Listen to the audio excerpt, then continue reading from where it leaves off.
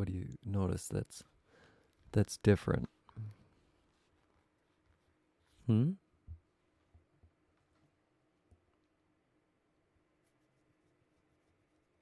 Yeah, I have some hair again. I think it's gonna come off though soon. Let me shut this damn laptop fan. Yeah, no more mold, but also the wall is different color. Oh, thank you. Yeah, the walls used to have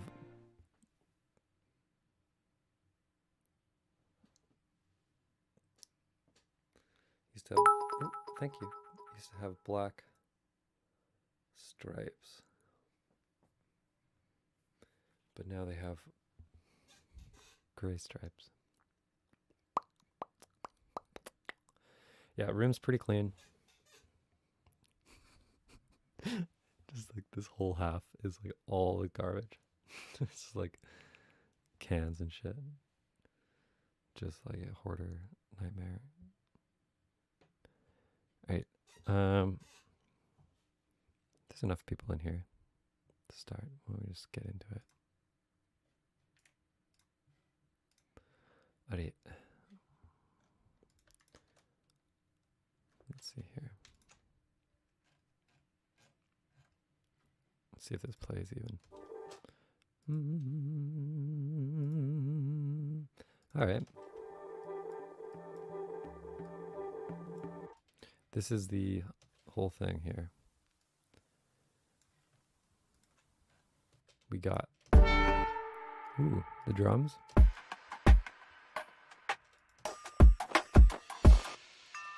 We got some, this melody I think is, it's gonna be like percussive melody stuff.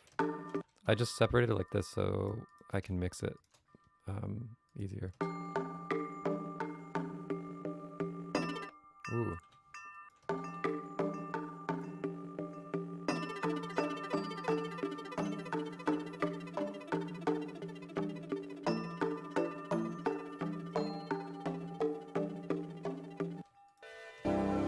And then all this is pads here.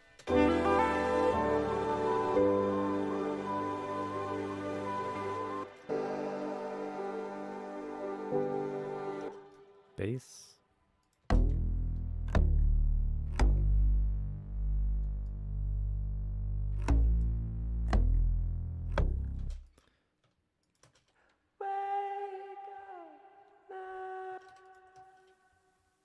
Some noise. And the vocal track here. Heights in the sky. All right, thanks for watching. I'll see you next Sunday.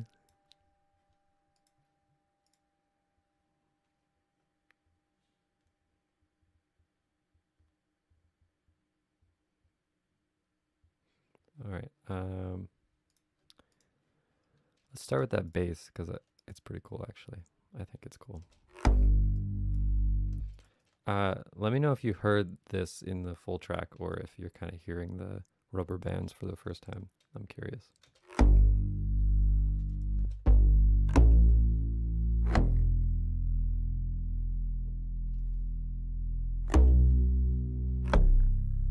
Yeah, so it's a combination.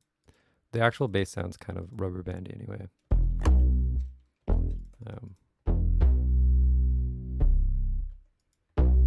But I'm layering it with this. One is stretch. And then the other one's the actual pluck.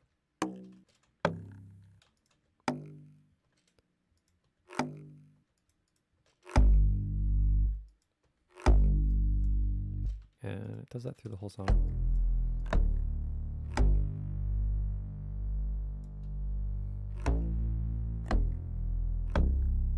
All right, that's the bass. We can totally move on from that.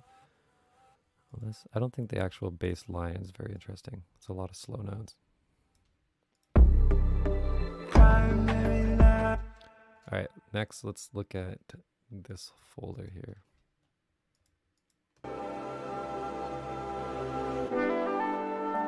The bass I didn't sample. Oh yeah, why don't I open it up? What's actually happening here? So I guess it is a sampled bass. I lied.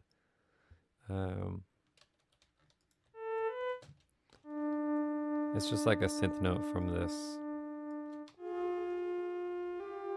track by Laurie Spiegel. So yeah, I took this, which I could have done anyway, I think, but it's a little bit more of an organic tone, I guess. Thank you. So that's that one, and then this next one I'm pretty sure is massive. Yeah.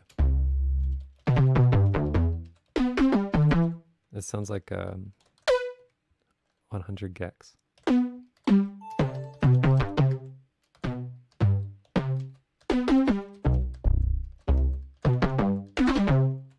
Okay, let me turn off all the stuff on it and see what it sounds like.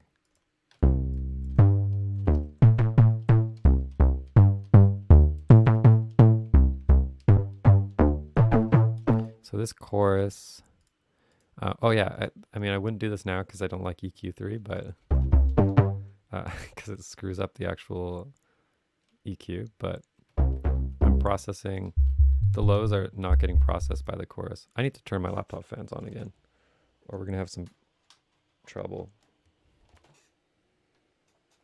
Oh, light went out.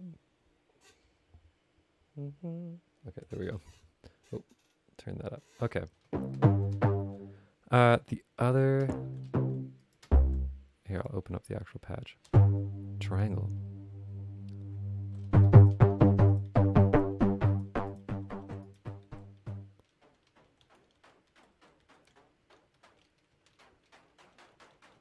All right, I'm figuring it out. Saw wave.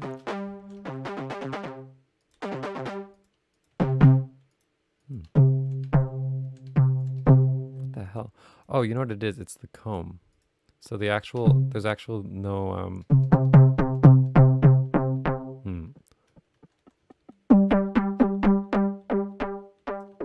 Okay, this is just like a short little blip, if you can hear that. And it's going into comb with feedback all the way up. And then the actual pitch is mapped using this. So it stays on the keyboard. But if I move this, which I don't want to do because I definitely tuned it, here I can do it with a macro knob. It's kind of like the Corpus, like Ableton Rack thing. But it sounds so good. And I guess comb means, I don't know what comb is, honestly. But if I had to guess, that's the comb right there. This. A comb of frequencies. Someone tell me what comb filter is.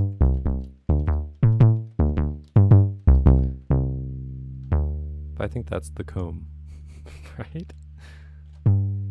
Okay, that's how that works, I guess. Mixed with a saw wave, which is like detuning it, and the noise.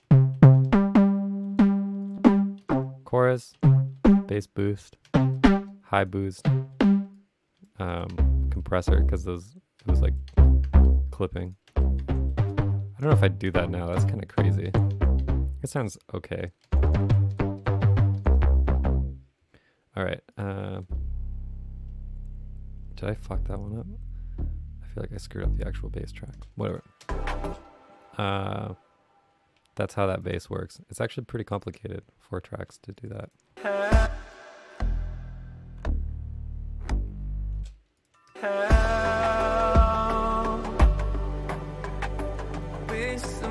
Alright, next up we have, let's do mellow A. Alright, let's go track by track, starting at the top. It's super hard to split high and low frequencies, especially using EQ3. but I do it a lot. Now I'll use like the Fab Filter EQ, because the brick walls, and then like the way you check it is, so if you have two of these, so you make a brick wall filter, and then wait, let me duplicate it now. And then you just change this one to a high cut. And then make a new rack and set, like invert the phase on both channels. And then if you hear anything, then it's not maintaining the signal. And so you might have to like adjust the frequency a little bit so that the cutoff is right. And then you know you're not like changing the signal at all if you can't hear anything, because it's canceling itself out. If you do that with EQ3, which is what I did one day, it's like, it's a nightmare. And if you stack like 20 EQ3s on top of each other, it like does crazy shit. I don't even know what it's doing. It'll add delay at certain frequencies and like boost. There'll be like weird little like boosts in the signal. Okay, and also I think there's like a trick that people do that's kind of like OTT or something, where you just put like 10 EQ3s on it and it sounds better. All right, is that laptop fan really loud for you guys? I feel like it's not that audible. For me, it's super loud. Okay. I might turn up the master though. All right. This one is called Clams, after Clams Casino, but it's actually from the end of TikTok. So I'll play that just.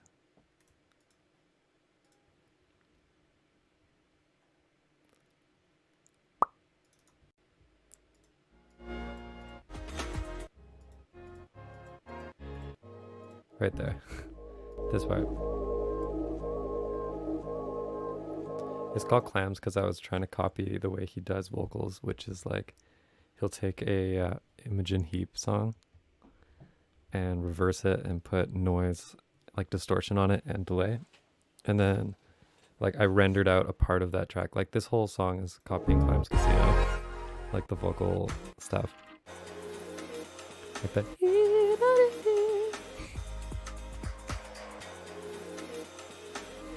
That's like from the and like every other Clams Casino song. I think I have Clams Casino, but I don't have I'm God.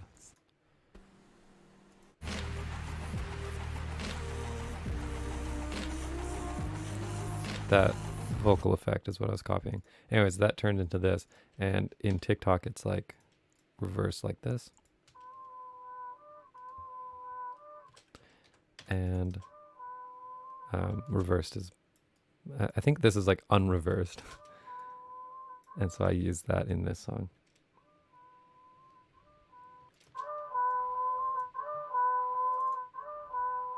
So with everything, it's like.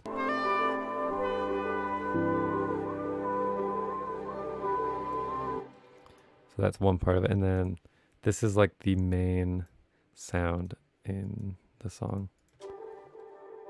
This is how like I started the song for sure. It's the first thing I made, which is, I showed this on my Instagram story back in when the EP came out. Let me see if I can play. I'll set it to through and turn off all the processing. Oh jeez. Okay. Oh my god. Hold on. Okay, if I turn all this on. There we go. So here's the sample.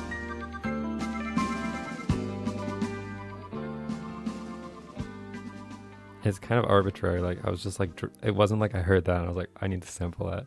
I was just dragging like stuff from my sample folder at random. So this is what the intro to Collapse sounds like without any processing. Nice. So that's the final version, I think. No, there we go. So the main ones are these, is the first EQ curve. So I'm just getting like the tonal bits and none of the actual sample. And then this grain delay is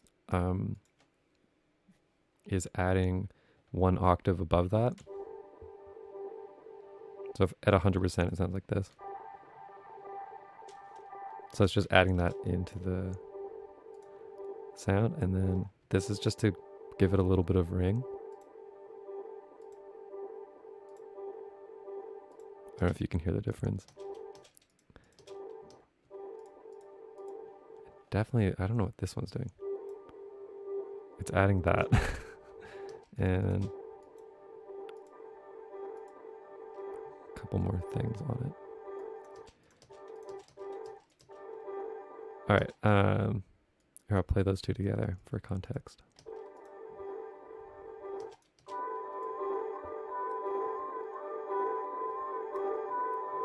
All right, next up we have this, which is I was looking up because basically Clams Casino sampled every song like that was sampleable by Imogen Heap.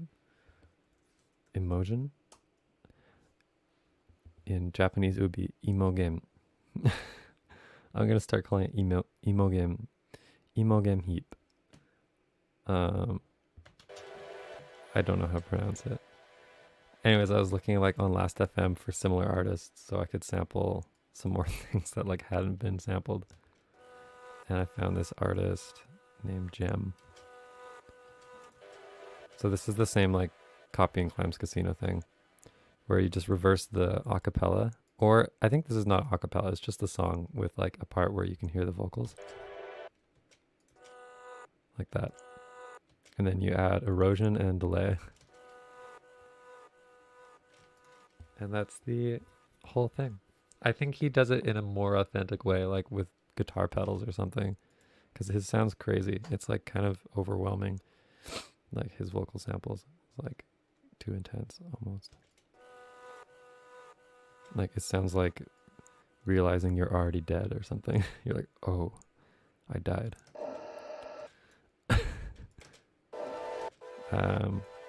This is not too important, but I don't know. I think this came from like turning on and off a plugin, and it made like a. So I just captured it and used that as the. So that sounds like this in the song.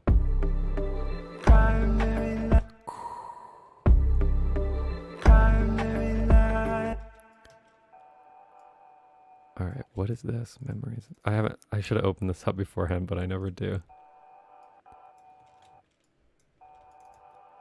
Memories. D2 vibes swell 2. Let me hear that without anything on it.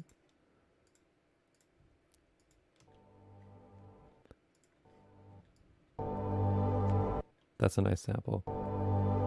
Wow. So that with everything on it. Same kind of processing as the main sound that I just went over. And I have like a volume automation. I automate the actual like track volume a lot. And then if I need to change the gain, I'll just use a utility. It's just easier to see, and like when I'm doing a lot of volume automation, I'd rather like just see them all here than have to like open each track and click the utility.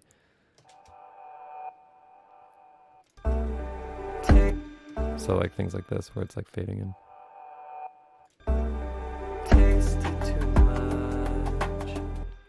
All right, next up, another stolen sound from Lone this time.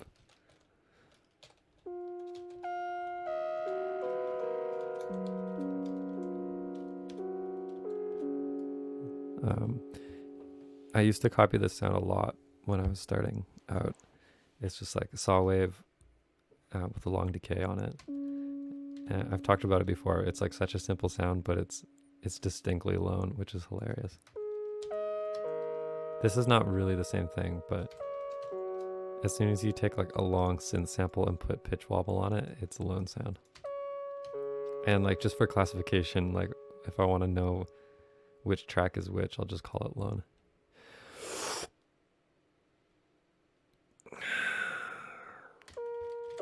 Okay.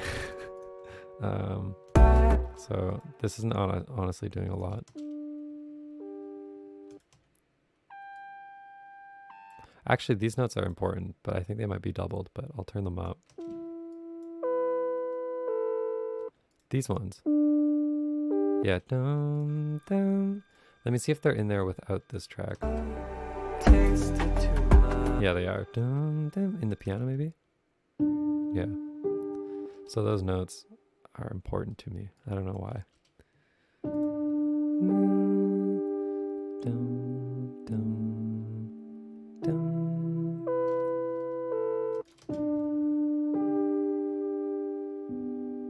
Without those notes, this section doesn't really like hit the emotionals as it should.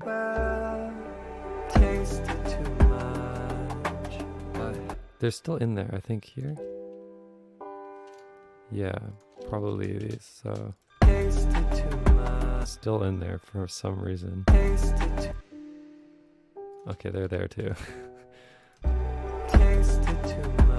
Okay, they're gone now. Okay, so listen to this without the notes. Blood in the well, tasted too much. The song just like turns back on, but with these notes, I think I like the effect it has.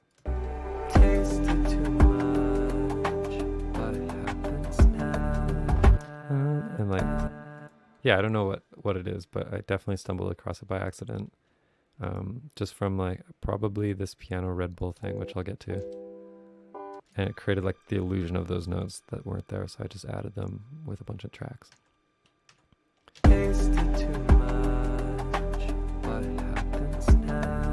That's the lone track. Oh geez.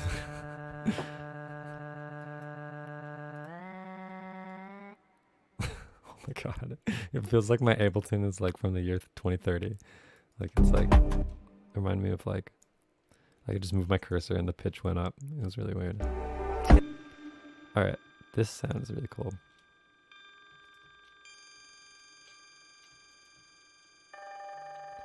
But what's it from? I don't know. It's a cowbell? Triangle 1. Let's see. Triangle 1.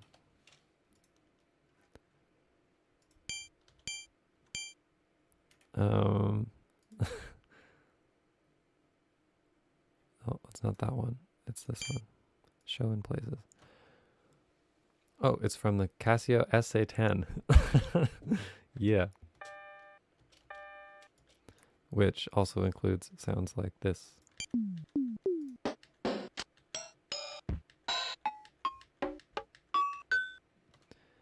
Neat. I had a thing where I was like downloading, I was into like Holy Fuck and all of their like distorted Casio keyboard sounds. So I went and like downloaded a bunch of sound packs for the Casio stuff. We wouldn't have this sound if I didn't do that. And then this is a really cool plugin. It's a delay plugin, but you can set the diffusion amount. So every time it feeds back, it kind of like scatters the frequencies a bit. And at low values, it kind of just like slowly morphs out from like a clean delay signal. So if I set this to 0, it kind of like does what a delay normally does, but at like, here's 30%, it scatters everything. So at like low values, it's nice because it slowly morphs.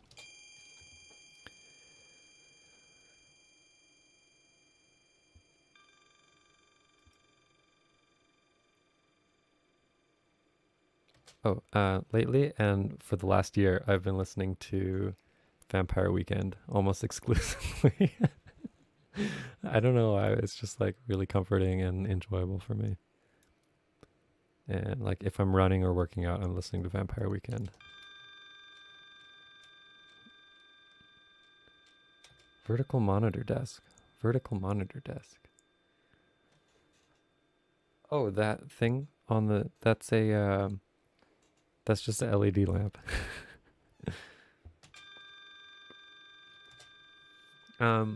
Obviously the newest album, but also all of the other albums. But the first Vampire Weekend song I heard was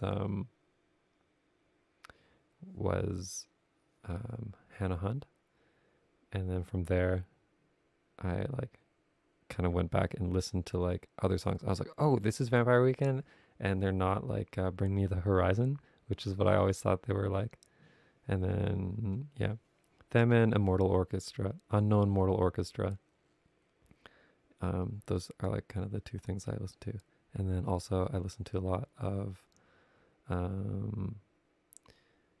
really like Jordan Reiki and what's his name? Tom Misch. I listen to a lot of Tom Misch as well.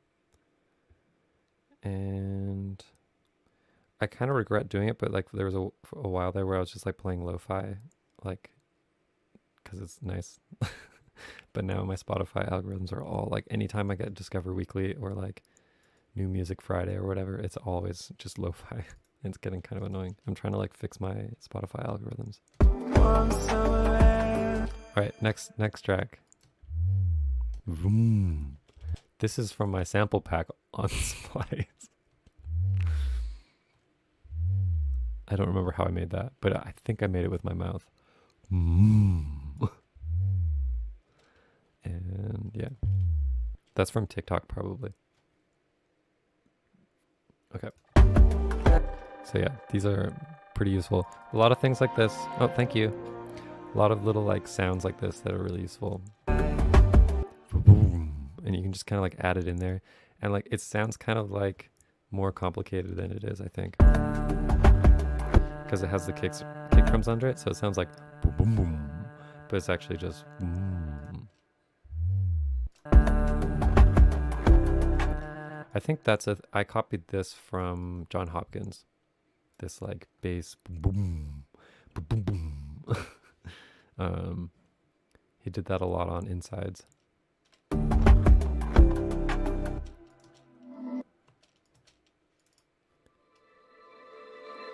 This says snare brush drone, which is weird because that's not a snare brush. Snare brush drone.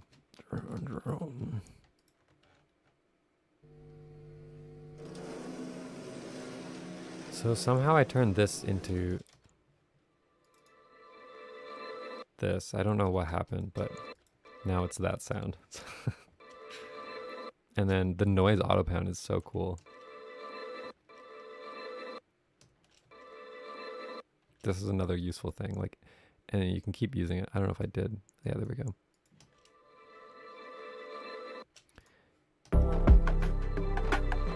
And once you have like built up like 4 or 5 things like that in a song, it's really cool because it gives your song like,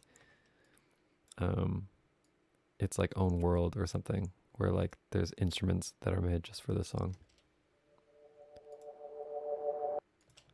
This is, I can extend this. This is a recording when I had the Juno in my room. Oh geez, that's pitched down for sure. Okay. Yeah, I just had like made a patch and I thought it was nice, so I recorded it and saved it.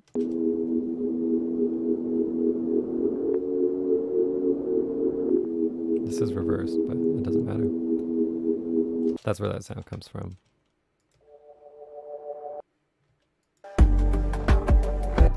This one especially has this like weird, let me see if I can figure out what the feeling it gives me is.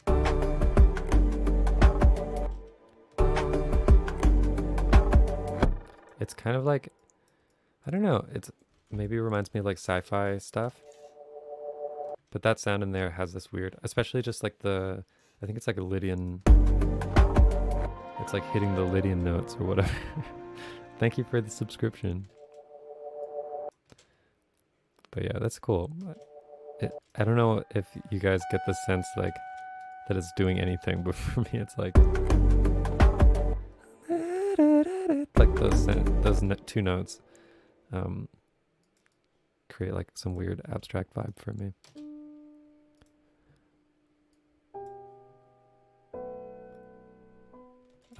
This is like part of, kind of works with this track and like kind of this track as well. So I'll go through all of these now, like just the piano tracks.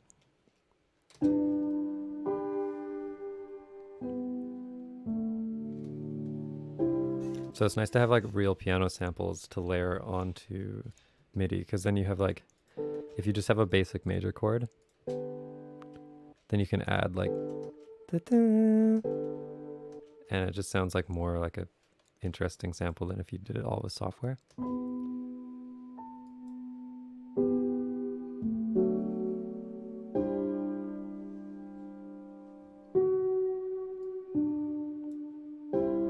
And then the big piano at the end. Okay, one is just Alicia's keys. Next up is, and you kind of have to put this on Alicia's keys, this velocity curve, so you don't get any of the louder samples. This is a piano note sample, which sounds like crap if you just use this, like... Sorry, I'm clipping now. I turn up the master. Just because it's like, I don't know, a little like inorganic, even though it's a real sample, because it doesn't have release samples or anything. So if you mix these together, it's nice. And then this I recorded at the Red Bull studio in LA.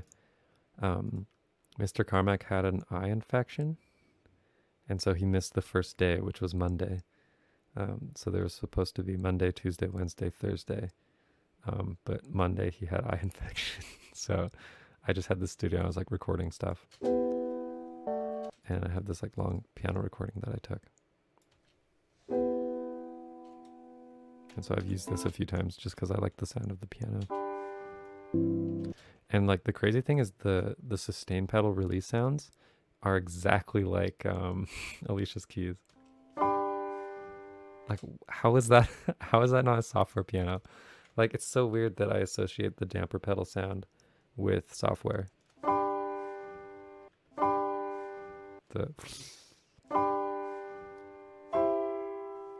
It's when, mostly on the higher notes, when the damper comes off of the strings, it like accidentally activates all of the strings a little bit. So you get this like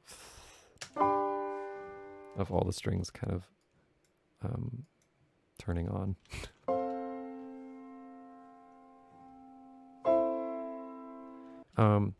Panning is like, I don't know, it's more of like a just layering things one at a time. So like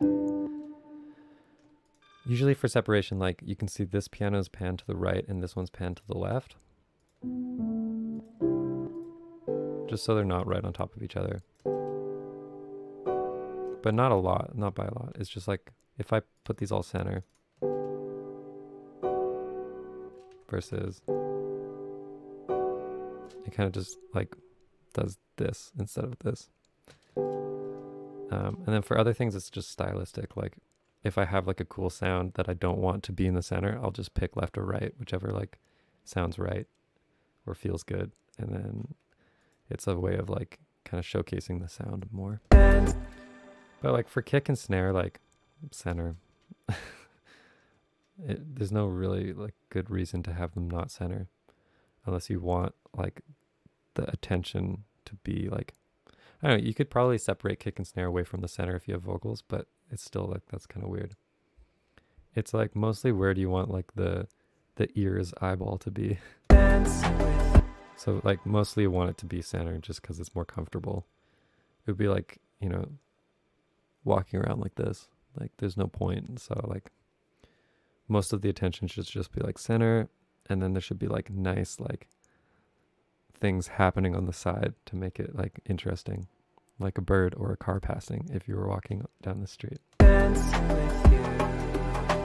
This is goodbye. All right, Those are the piano tracks. I feel like I screwed those up too, like with the gain, but whatever. All right. This track's hilarious. This is I don't know why I have it, but it's somebody JX3P. Somebody took some like JX3P. Yeah, that's right. What the hell? JX. Oh, maybe it's a dash. Oh, I'm in samples? No, I'm not. What the heck? Okay, yeah, somebody sampled each like note from a synth patch on, I think it's a Yamaha keyboard. No, it's Roland. It's Roland, right? JX3P, yeah. And so I use this on, let me plug in my MIDI keyboard. I'm going slow on this one. I like Hass Effect. It's okay that it sounds trash in mono. That's okay. So does everything else. So I use this in first in Face the Night.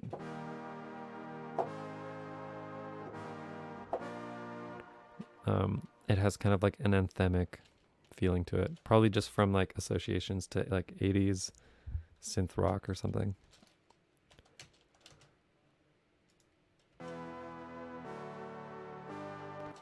What I'm concerned about is it was set to monitor in. Was it?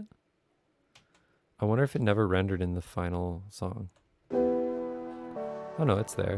But I changed it to auto. It was set to in. I'm worried about it. Maybe it's not in the actual song.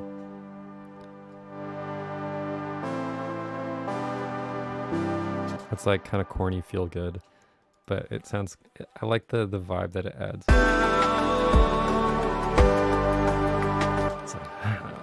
It's like super positive. And if it's like quiet enough, it's like cooking. It's like adding a spice. Like maybe the chorus was just getting a bit too dark, so I added that, and it was like a little less creepy with that inspirational sound in there. This is, I added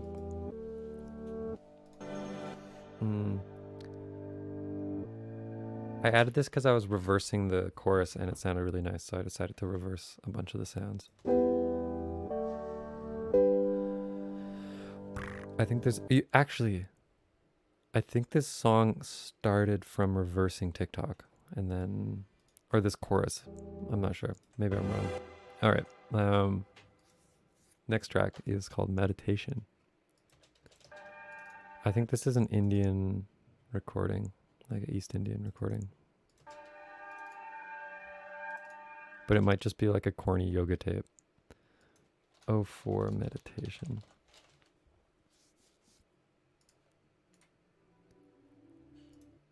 Alright, this is it here.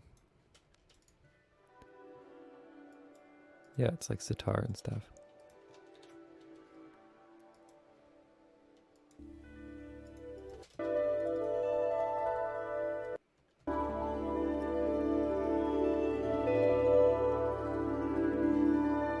Alright, so what I have on here is like a band pass. This is, it looks like it's like a pitch wobble, but with a frequency shifter, which is kind of sketchy.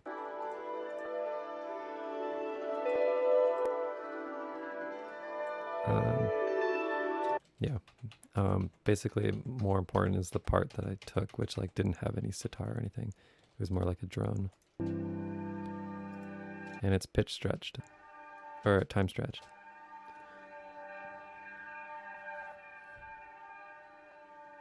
Yeah, so I'll just play that with some other sounds so you can hear what it's doing.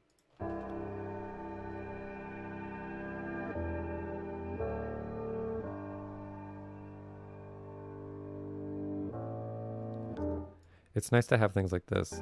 I don't know, it's just like, even if it's not making it sound better, it makes it like, it makes me feel more confident that I'm making something not like karaoke.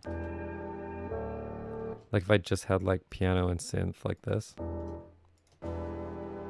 it's like karaoke track. So it's nice to add a bunch of like weird, disparate elements. Maybe they're desperate too.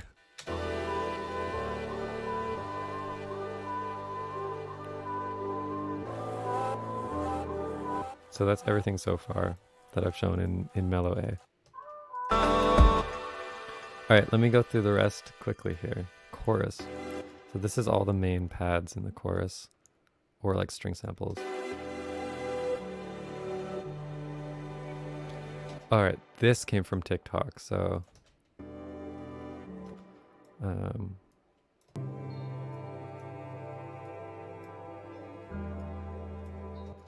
I have another project file where I just reversed this and like I ended up importing it into this song and using it as the chorus, so I can try and find that somewhere.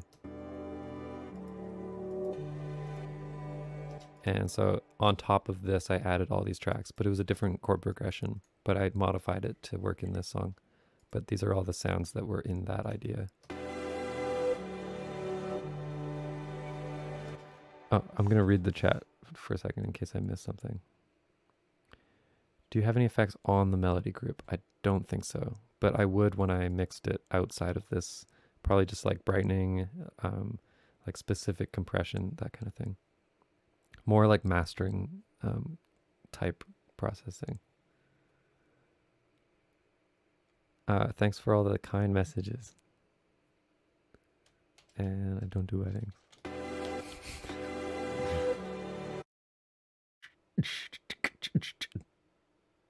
Welcome back. All right. My my router sucks, but so does the Wi-Fi chip in my laptop. So the combination is deadly. How many people did we lose? 99? At least?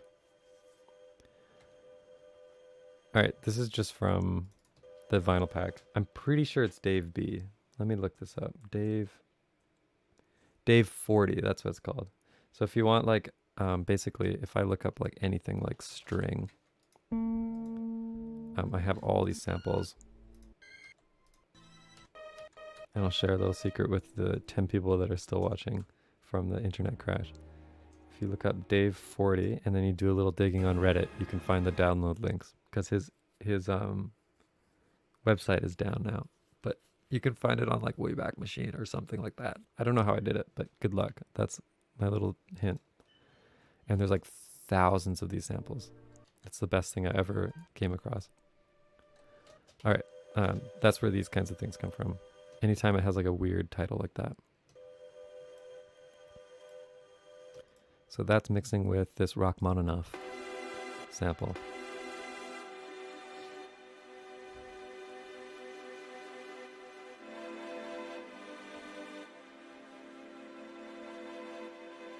This is all like warped to bejesus. That's how short the actual samples are. Oh yeah, Leslie, I'll send you the link.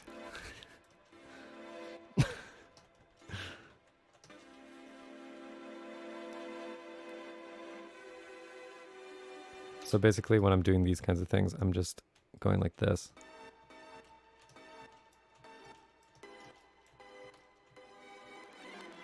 Looking for like the right chord. And if I find the right chord, it's probably not in the right key. So like this kind of thing takes a while, but I think the end product is worth it.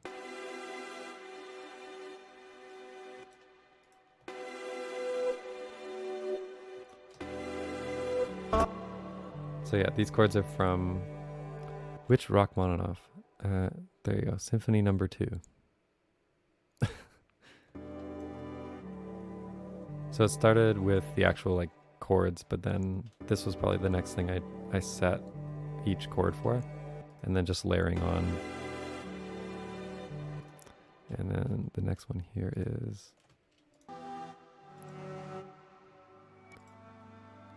that's another classical piece. I don't know by who. I think it's probably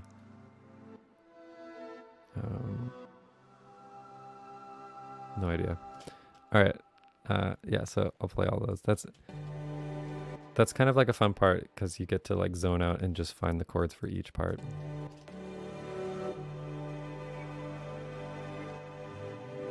If I program the strings, they wouldn't sound as cool, I don't think. They just sound kind of like corny.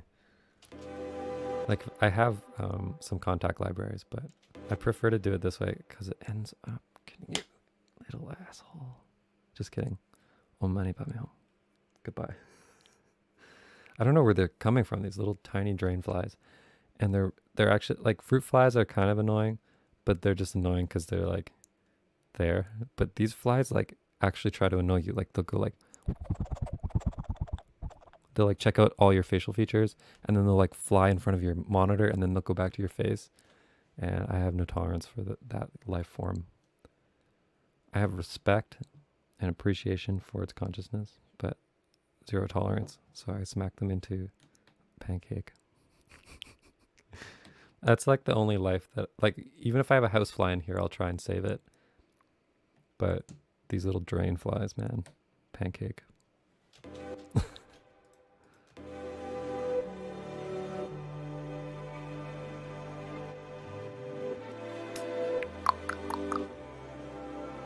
All right. Yeah, that's that. I don't know if you guys have any questions for this kind of like string arrangement stuff.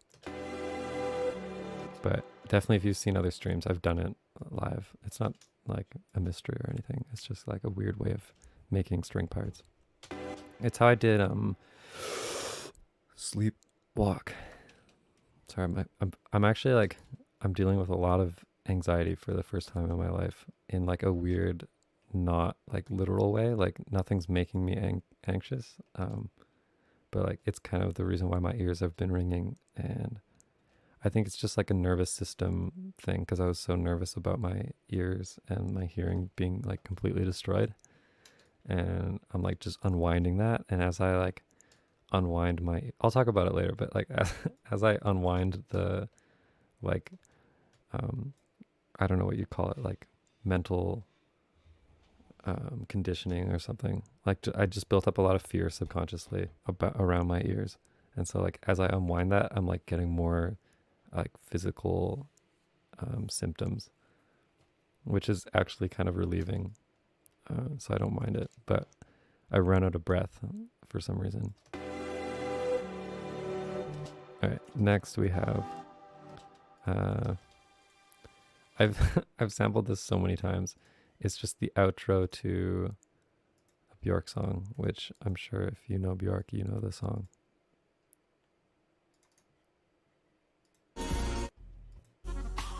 It would be Howie's version. This outro here on this song.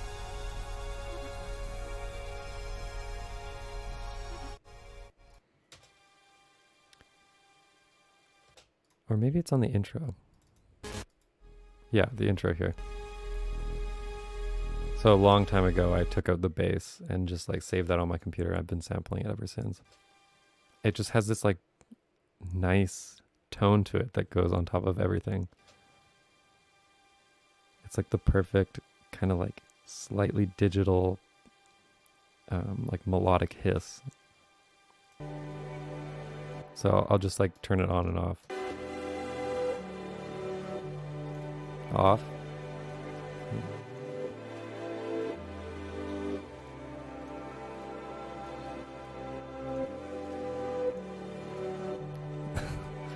Yeah, it's kind of hard to hear.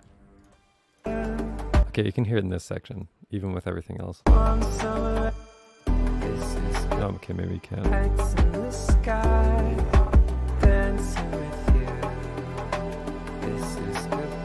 Just makes it, what I like about it is it sounds like grand organic machinery or something. Like it opens up the imagery in a weird way. Maybe just because I associate it with the All Is Full of Love video or something. But it just does something. Like it sounds so, I guess maybe the music video is just created a bunch of associations in my brain. But like the music video is like two robots kissing each other in this like hyper future, like Chris Cunningham style room. But it has this like grindy, like hyper future machine sound to it. But then it's also like trying to be like beautiful, like open sky at the same time. I just think this sounds like, I don't know who made this sound, but they knew a lot, I think, about everything. It's almost like feel guilty sampling it. Especially like in the actual track. Sorry. Like, this is crazy.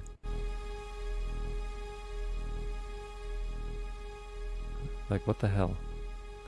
This whole song is crazy. Like, how future it is. Like, 1997. It's just like, it makes my heart hurt almost. Like, just imagining, like, the group of people that made the song and, like, how, like, grand their brain has to be operating at. Like, anyway, that's that sound. I use that a lot. I've probably talked about it before, too, because it's in every song. This is My Melodica from Amazon, the $15 one. The song's called All Is Full of Love. It's insane. The snare sound is crazy.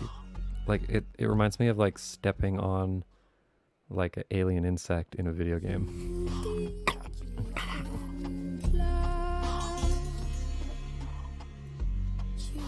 I can't even, it's just too much when you actually start to analyze it. Okay. Back to my fucking $15 melodica.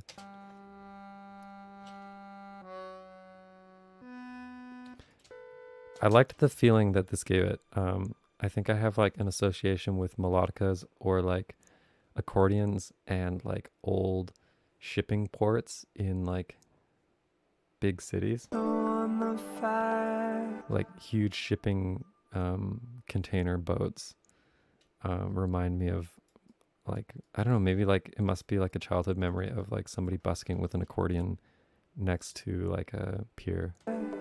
Blood in the well, but like juxtaposed with all the other parts in this song, like that's kind of what I was going for with this sound. Okay, next. Trombone. I think this is school recital. I might be wrong. Let's see what we got here. No, it's not a school recital. Mostly unusable except for this last note, which is just a fifth. Like, you couldn't do that with Contact, so I usually just use samples.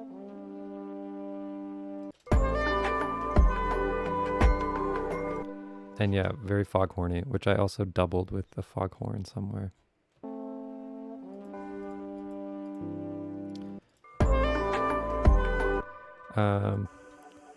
This is a pretty bad sample because I barely changed it. It's the end of a Glass Animals song.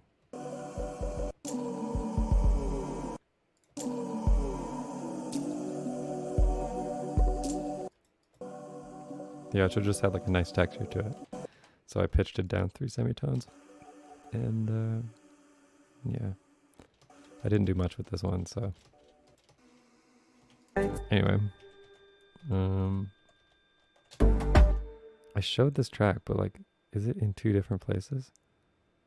I'm so confused.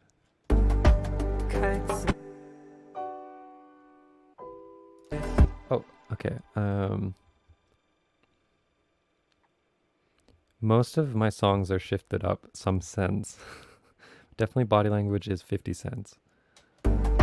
With You is 50 cents. TikTok is 30 cents. Like they're all different pitches. This song might be not pitched. Let's check it out.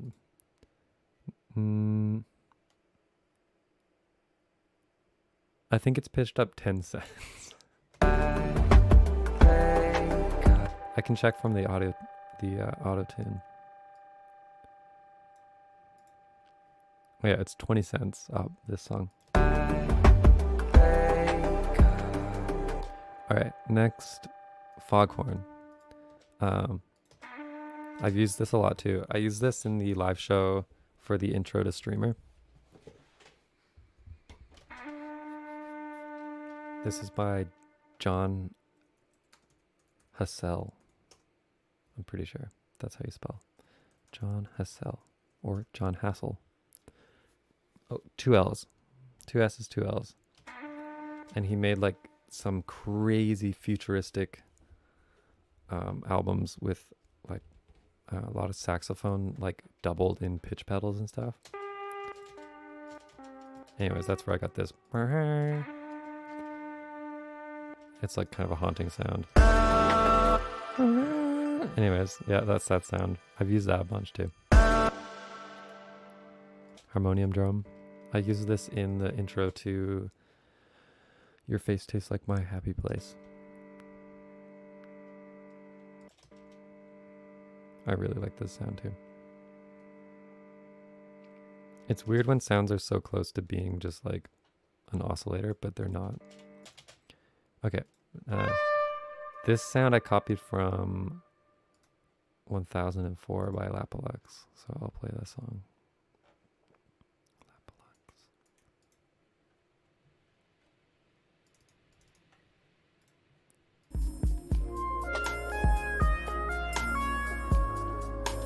So that's my copy of that sound. I think it's kind of a loud sound, so let me be careful here. Yeah.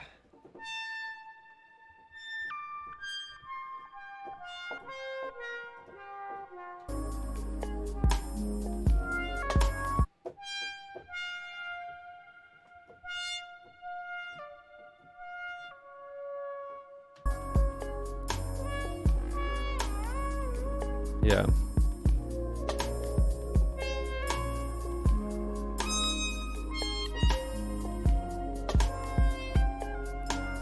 I think I did a pretty good job stealing that.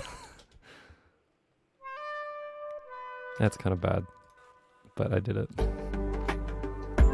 Because I always loved that sound. So that's where that sound comes from. The song is called 1004.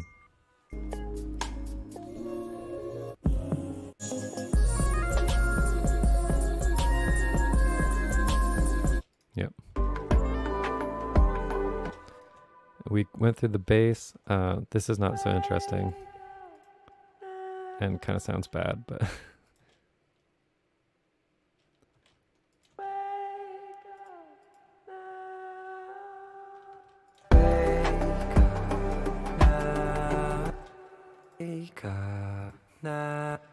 I'll go over the vocals later.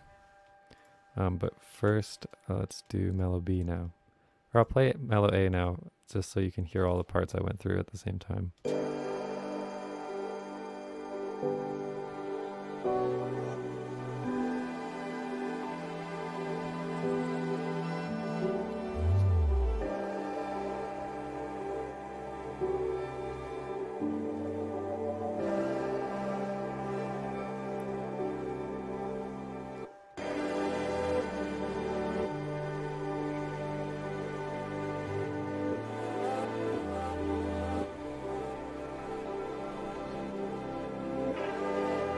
Yeah, I have two Torah verbs.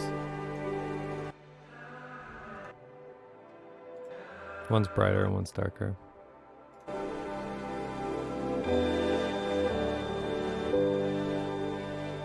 Yeah, anyways, that's mellow A.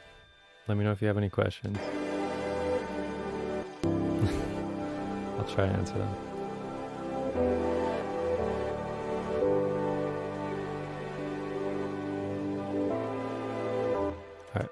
Mellow B time, which is short. There's not a lot of stuff in here. I don't need to explain that one. I love this track. I use this in TikTok as well. It's just like this chime recording from some like natural earth sounds CD or something. Something my grandma would have in her jewel case collection. Usually, especially lately, I'll have a bunch of reverbs, like from small to large. I'll make them just like for specific cases. Like if I'm making a snare drum that needs like to sound a little less like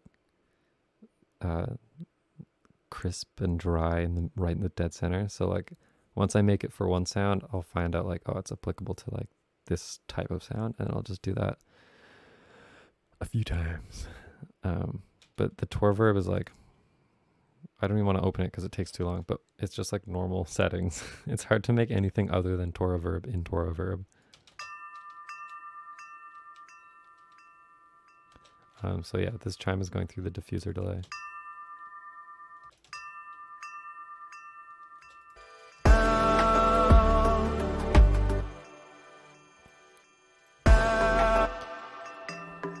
All right, next up, this pointless track.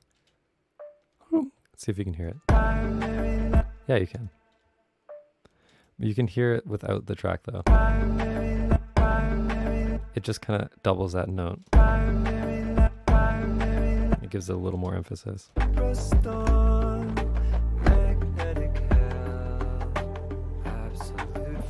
Yeah, that's what that track does. And then we've got,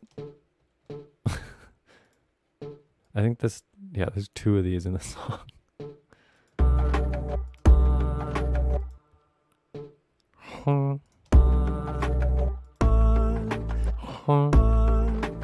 I think I just gave up on this because it's too minor of a detail. All right, this is, yeah, the like basically the next thing I made after this. So on that, I added this drum loop.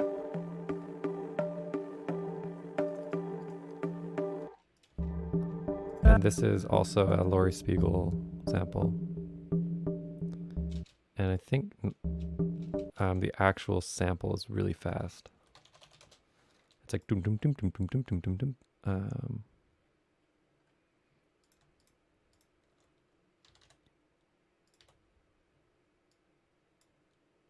Let me try and find this. There we go. So this is the original.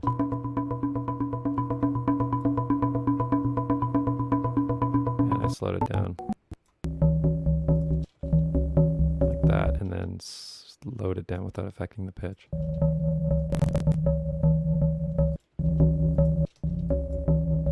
Like that. So there it is. And it has this like nice doom doom bum bum bum bum bum. And then this is basically just brightening it and taking out that like low doom.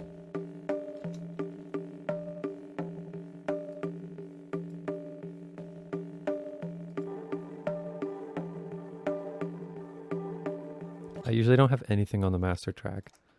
I don't know, maybe it's probably smart to have like a limiter on there. Like very, like at the very top. I don't know, maybe not. I like to know when I'm clipping, so I don't really know what to put on the master.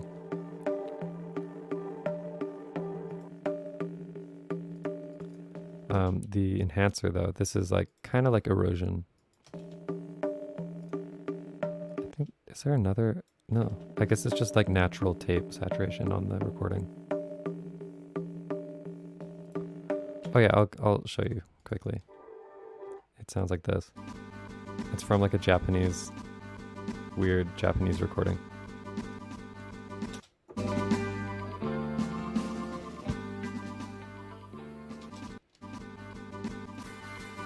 And then the main part is this, just like capturing these harmonics.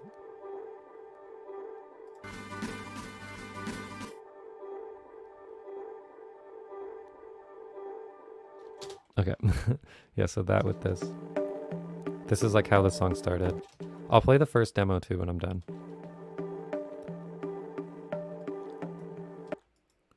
This is another like one of my favorite things to sample. You might recognize it from other songs. See if these will extend, yeah.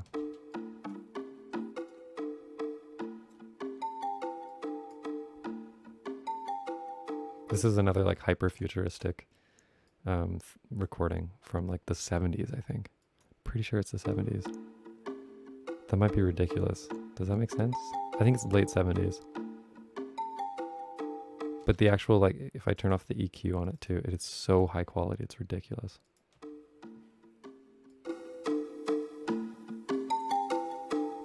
I always love the sound of that mallet thing.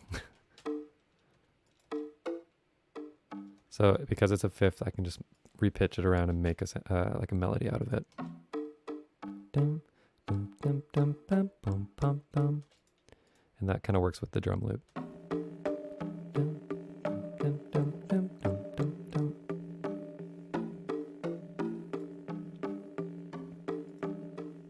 And then this is just to like bring out that same melody, I think. Dum, dum, dum, dum, dum, dum, dum, dum. So these two together are kind of like,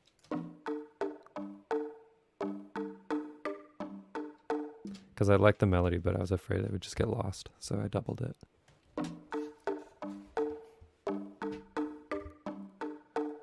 How do you know warping samples will turn out the way you want it to? Well, there's so many warping modes. Like, this one sounded good the way it was warped. Like, kind of stretching it. I think it's like beats forward mode originally. And so it just goes like gang instead of like gang, like the back and forth mode kind of like reverses it and plays it forward. But this just gave it like a nice digital effect. And then you can like bring down the 100 to a slightly smaller amount, so it's not going like gar, it's like gar. So that's what I use for this one. But like, I definitely tried like complex mode and stuff, but this one sounded the best. I just wanted to get this sample to the right tempo, but like it was still like I dragged some random thing over. Like I just dragged this over, and then I was like, how can I use this? Which is how I usually start ideas. All right, that's all of Mellow B, so I'll play all those tracks together now.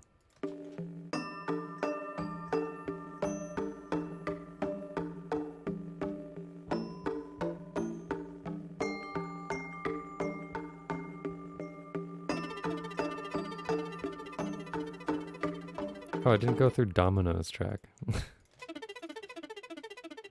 This is Juno 106 emulator.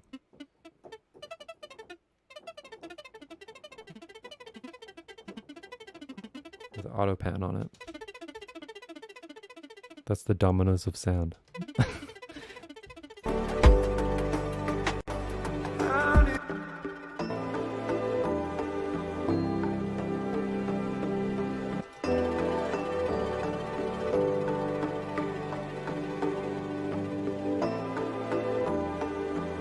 Okay. Lastly, we'll look at the drums here.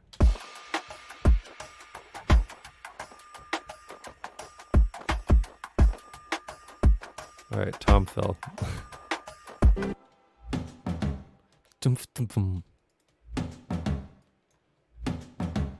I think I could do a better job of that now, but it works in the song.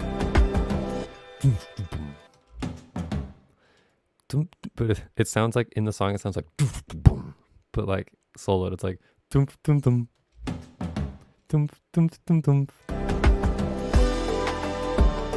but I think that drum fill has a good vibe to it, which I probably stole from something else.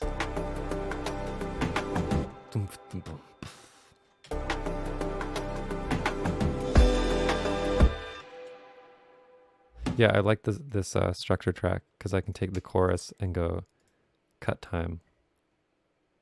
Oh, that was a dumb idea. And then I can go paste time. And now my chorus is here. Anyways, yeah, that's why I use those bars of color. And then I can kind of see like, I usually label them too, like chorus. And then I can put like notes if I want to go and like add energy here.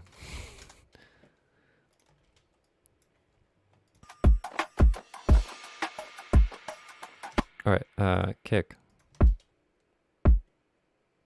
Nice. I don't know where this came from.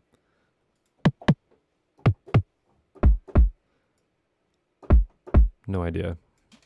It's just a kick drum though. Okay. Cymbals. I use this cymbal a ton. Probably every song. It's just the best cymbal. Check it out. It's just so good. And it repitches really well.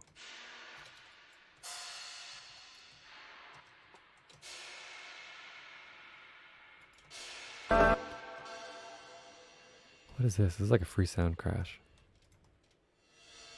Yeah. Block. Definitely a sample, like a reuse sample. Oh, no. It's a splice sample. That's why it sounds good. Shaker. I think I rendered this out.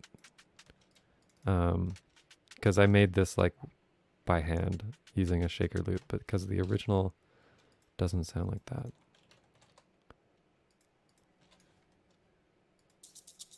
It's more like this. And then, or is it this one? Basically beats with transient mode on with like a short transient amount, and then it sounds like it's going through erosion, which is usually how I do the shakers.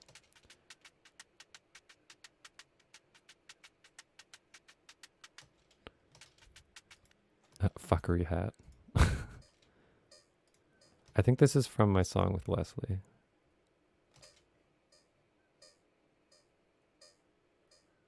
Let me hear what this sounds like.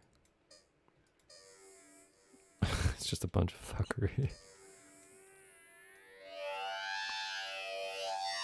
And this is how it sounds normally. Basically anything can be percussion if you just pitch it up and put a quick crossfade on it.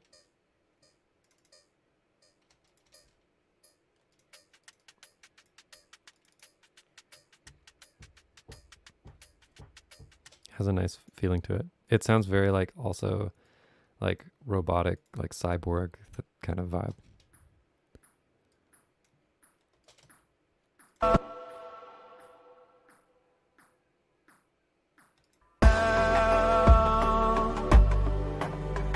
You can hear it in the right speaker.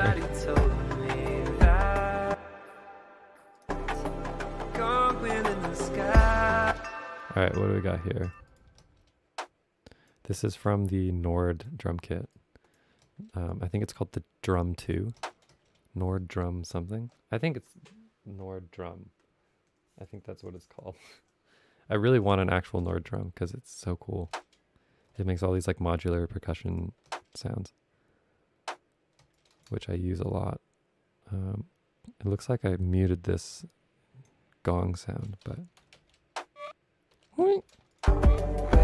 yo, it's in the song somewhere. What the hell? Did I mute them all?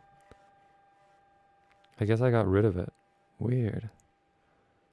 I liked that sound though. I wonder why I did that. It used to be like this. Gakuri. I know that really well because I think it was like in the song basically until the very end.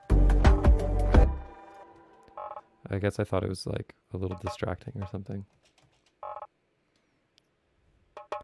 Oh man, this sound is so good. Oh.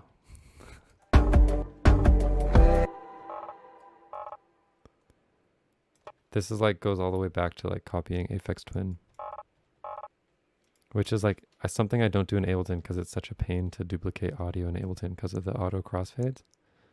But this sounds okay. Also like a weird vibe from the djembe. I'll mute the vocals because this section sounds better without it.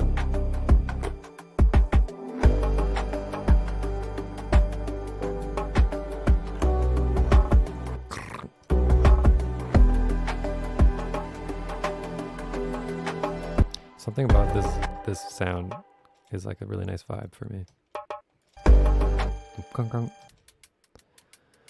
Another hat loop. This is basically the same as this track. And everything, I think, has this shuffle on it.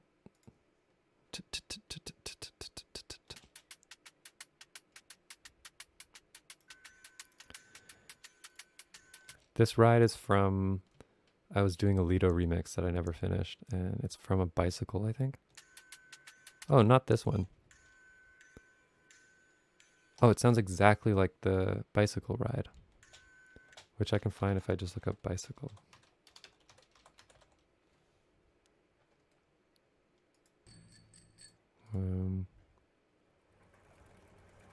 Okay, never mind. I guess not. Bike, maybe? Did I call it bike? Whatever. It doesn't matter. It's gone now. This is from the Dave 40 samples. Okay, this is kind of like the track that I spent the most time on, like percussion wise. It's like the main sound in the percussion, which is like still a failed attempt to copy John Hopkins like insides. Let me see if I can find it. John Hopkins. Color Eye? Yeah, this stuff.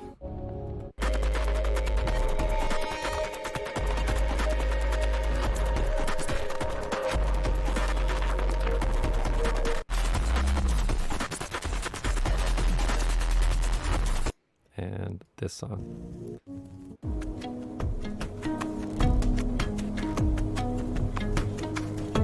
If you don't know John Hopkins, it's the best. It's the actual best. Listen to this. It's actually like if you listen to John Hopkins with headphones in the dark, you'll never be the same. Like it changes everything. Like that intro is like one of the coolest things I've ever heard, and it's so simple. Like even the click that like probably I wouldn't put in there. Boom, like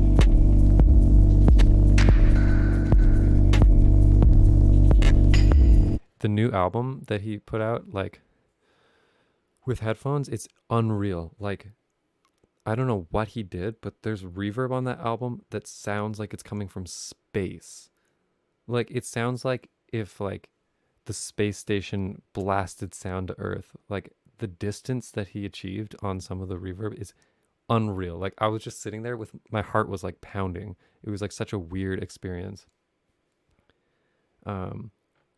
Like I have no idea what they're like. It made me think that maybe he's like he does it in a perfect studio space that's like treated perfectly, and then like just moves like partials around until he gets like insane. I don't know what he's doing, but it's ridiculous. I highly recommend it. Anyways, that's what I was trying to copy with this, but it's like a toy version, which is beatboxing with like distortion on it.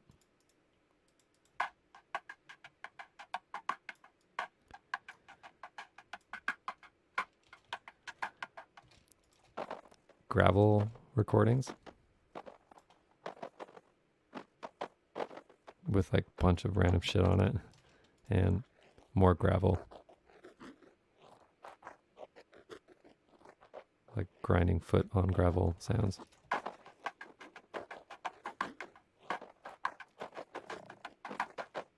And this fuckery track.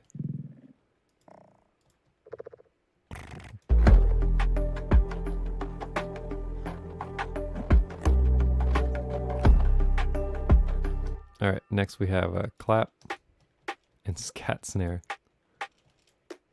This snare is super nice. It hits all the right notes. And you can see they're like offset from the snares. Just so that like if it's right on the same snare, it doesn't sound right. That just like rings a little better. And then this clap. That's not a clap. All right, that's the drums.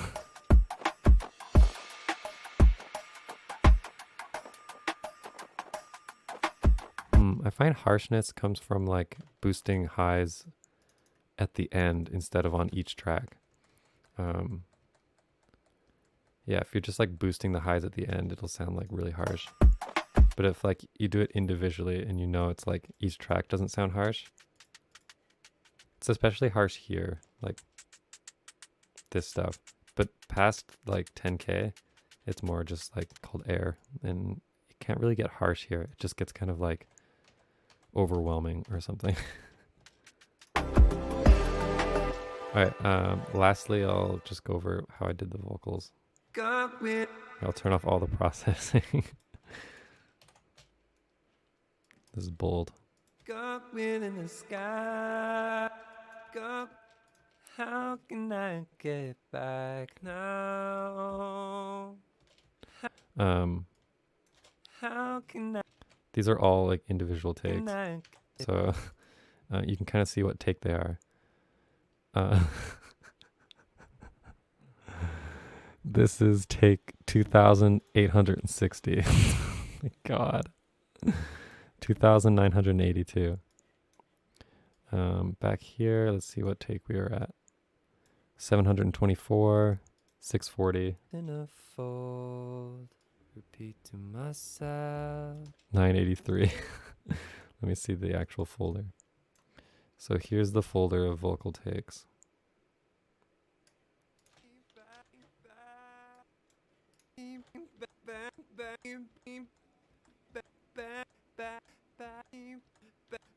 I can't sing. I just keep trying until it sounds like good.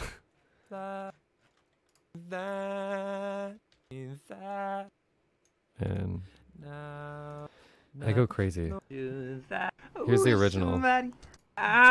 Oh geez. So like each take sounds kind of perfect.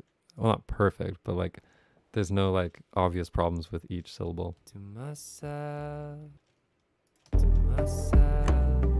These files aren't very large. They're all like a couple kilobytes. So like in total probably a gigabyte.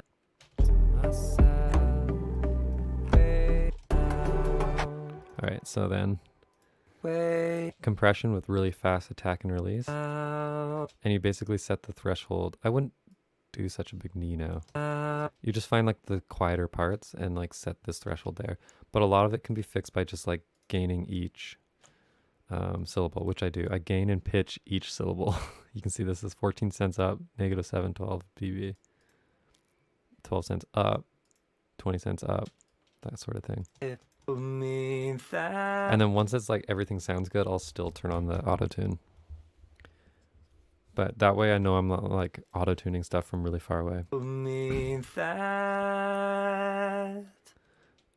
This is like, I put this on my vocals too. This frequency here is where like my voice goes like like that. Like Peter Griffin band of frequencies. So what's the thing that you do with Peter Griffin? Tess does it a lot. What does she say? Yeah, it's the Peter Griffin compression. Like that.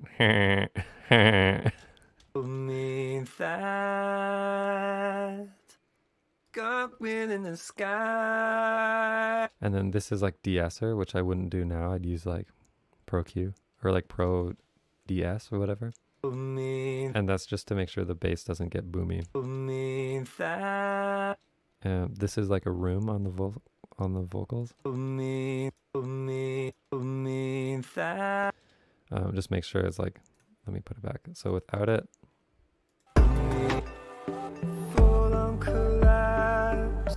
And then with it. Makes it sound like I'm singing above you and not in your head. Without it. Most pop records and like most vocal recordings in general are just done without that. I find it sounds cheap. Okay, that's it for my rundown here. So now I'll like go through the supporting documents if I have them. Let's see. Bounces, original demos.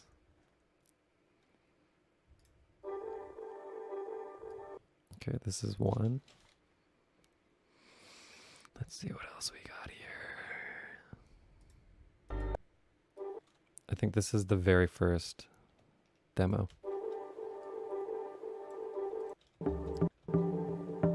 Show me the fire back when it's good.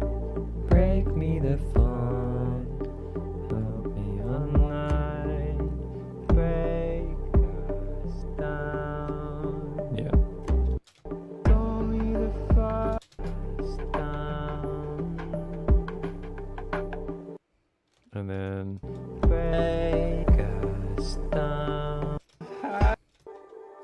all you could have had. This is actually one of the demos that I don't like at all, like compared to the original or the final version. Like this chorus is very lacking of energy. No, you could have had. Wish you would have told me that. Someone knows sad. You can hear some of the lyrics already, just because I write lyrics by listening to the gibberish.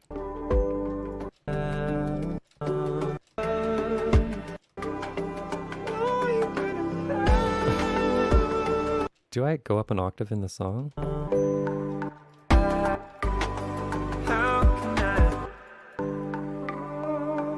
No, I don't, but I used to. Like the outro was.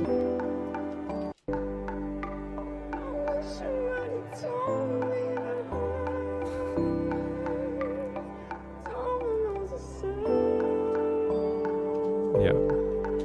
All right. That's I might have the reverse thing too. Let me see. I think it was just called reverse. Oh, that's not good.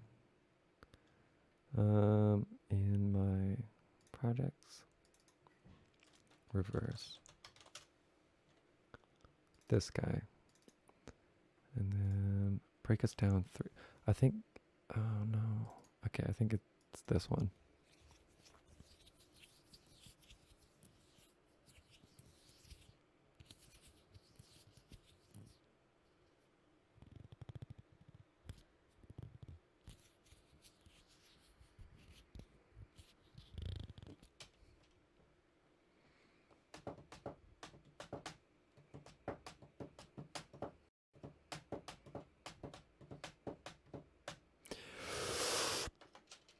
Make me this.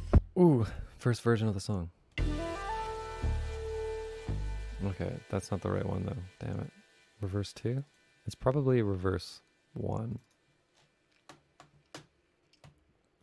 This song took me probably 2 weeks. It was one of those songs that I could like kind of binge work on. Actually, maybe it took me longer. I think I stopped working on it for a while and then finished it later. All right, here we go.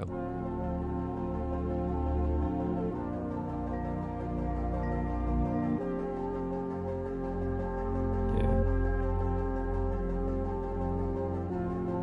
So you can kind of hear the chorus in this, maybe. And I'm missing some samples. Let me see if I can get them.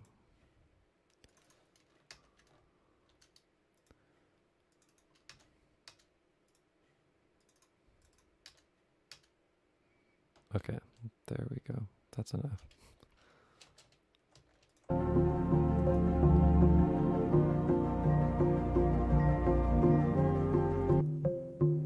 I think I added this after, or maybe this is how the whole song started.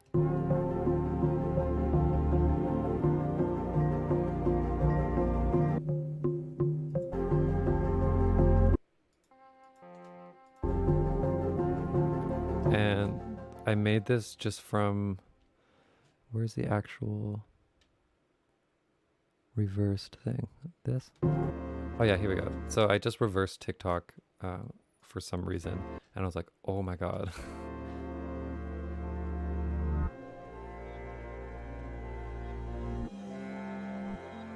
Because it was better than TikTok. So I was like, I need to do something with this. And I made this. And I don't think I did, but I guess maybe everything started in this project. But I have a feeling I went back and added, like went back the other way and then went forward the other way as well. But maybe I started here and then I heard this and then sang on top of this. Yeah, maybe it started with this. I'm gonna say so. It looks like it. Like everything's like nested into each other, so.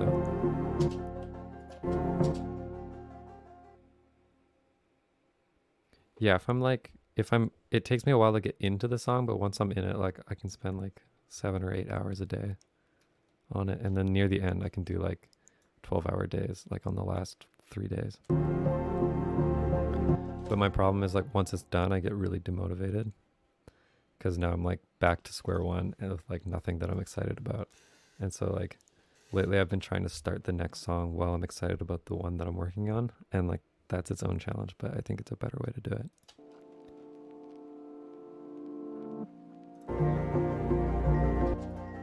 Yeah, I haven't been working on music at all lately because of my ears, but they're getting better. I learned that probably all of it at this point is stress. Like it might have been like actual physical symptoms from like an ear infection at one point, but I just like fixated on it for a month and like went to doctors, and like the whole time I was like all I was thinking about was my ears. And I think what I did was like make it like a priority for my brain to focus on it and like turn it up. Yeah, it's like tinnitus, but worse than that is this thing called hyperacusis, which is like everything sounds really loud, and like I have a pain, like the pain tolerance for sound is really low. So like everything sounds like it's too loud. And like not in a way where it's like sounds loud, it's just everything hurts. And it has to do with more your nervous system, like identifying the sound as a threat. It's like really weird, but I've been like watching a bunch of videos on neuroplasticity, which is kind of what's gotten me out of the shit that I was stuck in. But it was like a good month of hell where I was like completely depressed and like not working on anything. But lately everything's fine. Like my ears are getting better the more I just try and like not cringe at sounds. So like if I'm doing dishes, it's pretty painful, but I'll just kind of like do dishes normally and like try and tell the back of my brain that it's like safe and not doing hearing damage, which is like I think part of it is like a fear of losing my hearing. So that's part of it. And then I'm doing a lot of meditation and yoga and like jaw massages, things like that. I'm just kind of like self-care mode for the next couple months.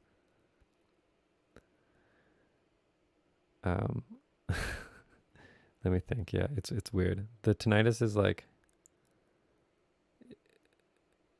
it just they sound loud, but they sound like I'm wearing headphones. Like everything sounds like I'm listening to like a binaural recording of what I'm hearing.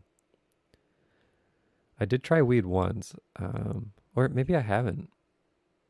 Maybe I have not. I was scared to drink for a while because it makes your tinnitus worse, and I was just like in full paranoia mode. But like now I have a couple beers sometimes, and like it does make it worse because it like increases blood flow to your head. But yeah, I don't think weed would be a very good idea, but it is an anti-inflammatory, so it might help just like because I still have like an infection in my sinuses, and my inner ears are like sticky.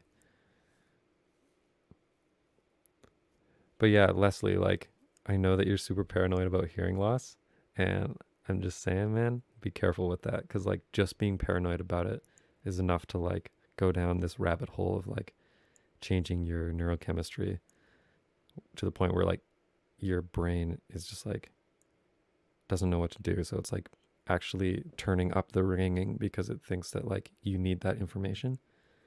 There's this really interesting video about how tinnitus is like basically just the sound of your brain doing things and like looping processes in the brain and stuff.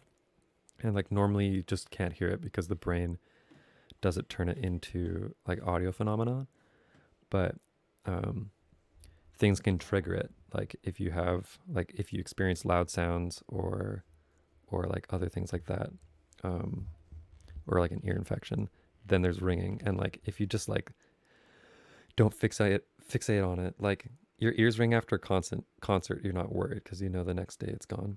But like, yeah, if you panic over it, then your brain's like, okay, this is important information, so I'll turn that up for you. And yeah, kind of the way out of really bad tinnitus is typically like stress reduction and like changing your relationship with the ringing so that it's not one of like frustration and like anger, which will trigger like the limbic system in your brain, and more of a like realizing it's just a natural part of your body like any other part of your body, and like it's just your brain thinks that you should be aware of it when you don't need to be. So you just say like, thank you for this information, but it's not necessary right now kind of thing.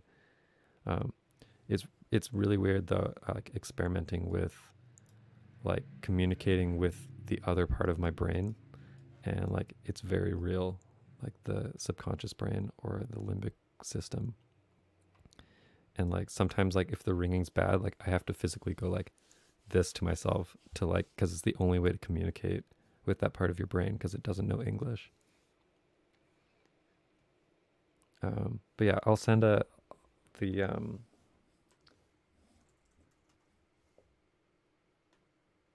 I'll send this girl's channel for anybody that has tinnitus.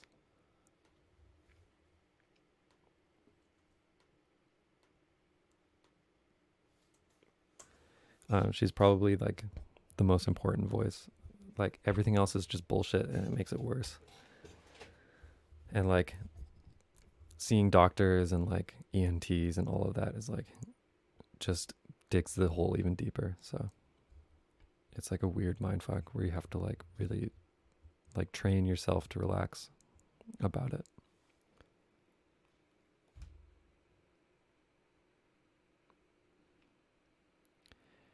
Yeah, the finger thumping thing is like kind of a trick, but it comes back. But I don't know why. I was kind of reading about why that works for some people, but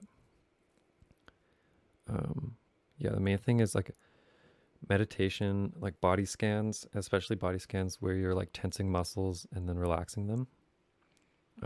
Like for me, I'm pretty sure the muscle called the tensor tympani muscle is like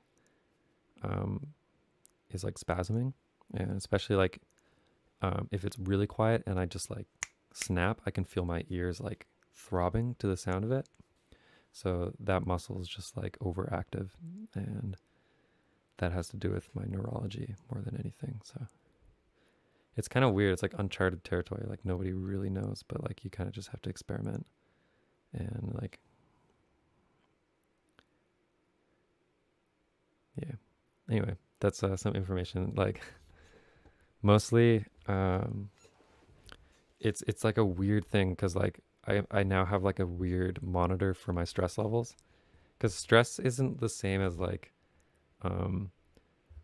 stress where like you're like, oh, I would like, I'm stressed about this, or like I'm really stressed out right now. That kind of stress is like normal stress, but then there's like systemic, like weird underneath stress which you don't even feel sometimes. Like you can feel completely normal, and like there's a different part of your brain that's like building up that stress. Like when I was really like week 1 where I was like panicking and like everything was like way too loud, and like the wind in the trees sounded like hell. Like I was just like freaking out and like going crazy. I actually had like a huge rash on my chest from the stress. And it's like weird just to like to experience your body actually like exploding. Yeah. But yeah, if anybody has like, I'm obviously not like the best source, but like if you do have tinnitus, you can message me on Discord and I can like send you some things that have helped me. Cause it's like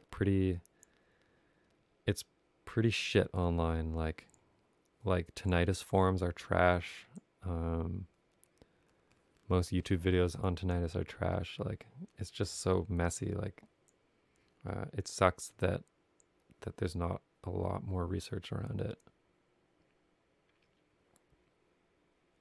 Yeah, my ears are clean. But definitely the eustachian tubes, which like drain fluid from your inner ear, are inflamed still. Just from like when I had some like virus and also tons of mold in my basement, which is why I wasn't here for like a month.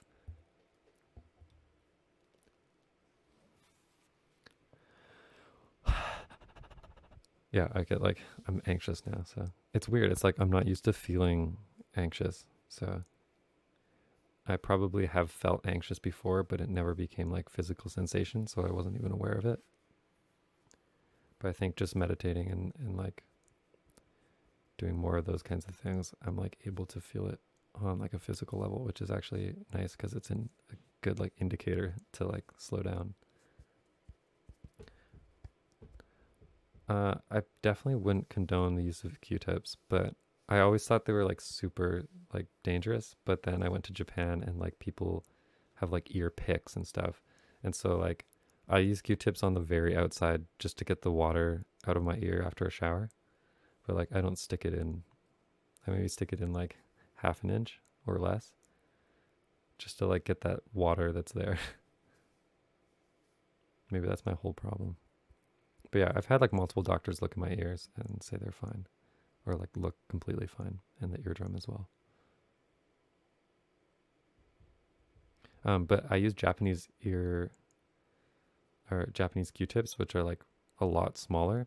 Like American Q-tips are like big ball of fluff, so you just stick it in your ear and it's like pushing everything back. But Japanese Q-tips are like a lot more firm and like they don't actually like push anything back. That you can just like move it. They're like really thin, so.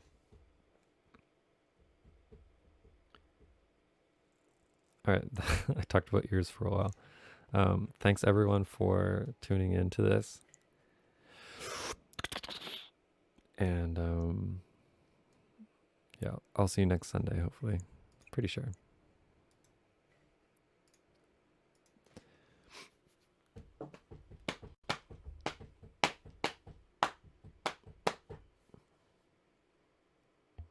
Now I'm going to do a little room workout and then a cold shower and then meditate and then maybe some more stretching and then a little bit of Japanese studying. And then I've been watching EVA, Evangelion. I'd never seen it before, so me and Hikari are watching that over Skype together. And then maybe a CSGO game with Tess if she's free. And then dinner. And then some more yoga. And then sleep time. All right. See you next Sunday.